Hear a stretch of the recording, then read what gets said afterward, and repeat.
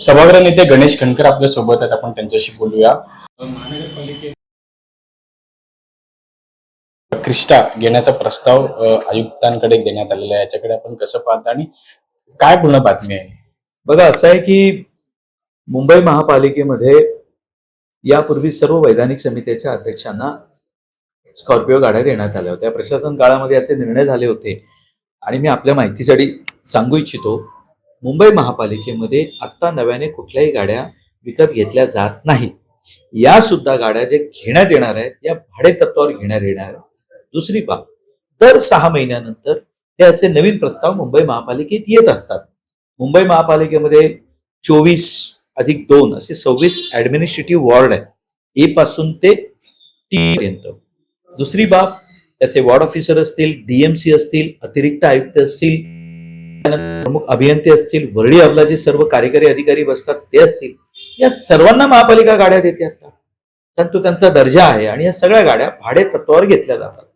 आम्ही कुठेही की आमचा हा चॉईस आहे, हा चॉईस आहे, विकत घ्या म्हणून असं आम्ही कुठेही सांगितलेलं नव्हतं.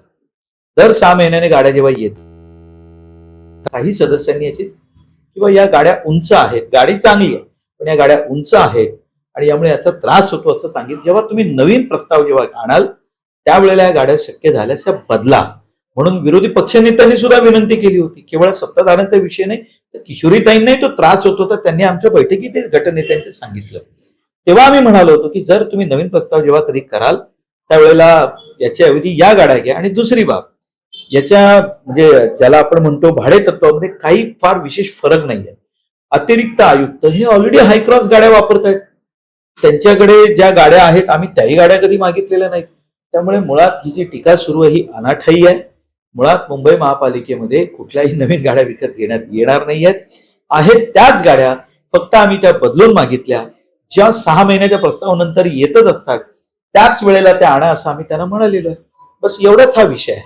मुंबई महापालिकेत आता साधारणतः 200च्या वर या भाडे तत्वावर गाड्या सुरू असतात आणि प्रत्येक 6 महिन्यानंतर किमान 25 ते 30 गाड्या ज्यांचे करार संपतात त्यांचे करार रिन्युएट करण्यासाठी म्हणून स्थायी समितीकडे येत असतात.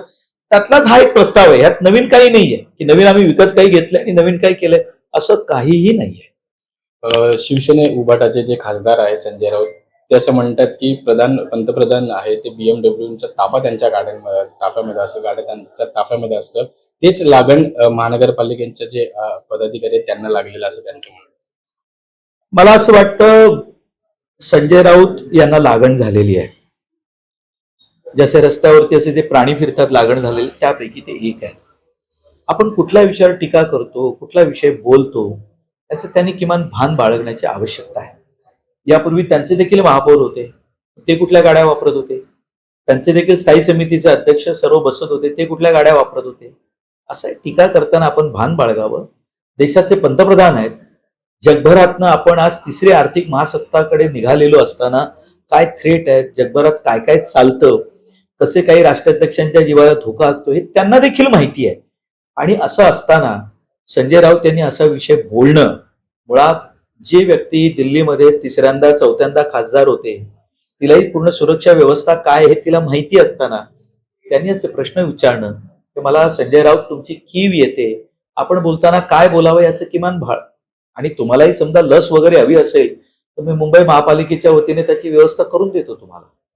तर आपण पाहिलं तर संजय राऊत यांना लागण झालेली आहे आणि महानगरपालिकेतर्फे काही लस हवं असेल तर ते व्यवस्था महानगरपालिकेकडून करण्यात येईल असं गणेश खंडकर यांचं म्हणणं आहे. व्हिडिओ जर्नलिस्ट मी संतोष देवकर, लोकशाही मराठी, मुंबई. लोकशाही मराठी ऐका, पहा, जागरूक रहा.